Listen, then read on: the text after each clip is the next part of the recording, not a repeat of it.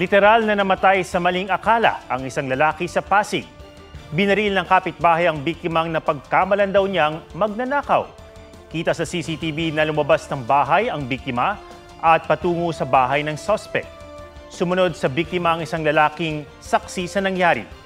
Ayon sa kapatid ng biktima, sumunod siya sa paglabas ng may marinig siyang sigawan.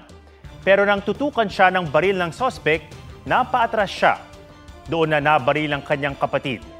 Ayon sa isa pang saksi, inawat pa nila ang suspect at nagmakaawa pa raw ang biktimang may tama na sa tagiliran.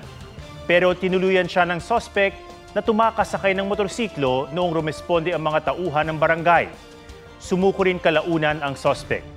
Sinusubukan pa ng GMA Integrated News na kunan ng pahayag ang suspect na nakadetain sa custodial facility ng Pasig City Police. Pero ayon sa live-in partner ng suspect, base raw sa pahayag ng mga saksi na pagkamali ng suspect ang biktima na aakyat bahay at magnanakaw.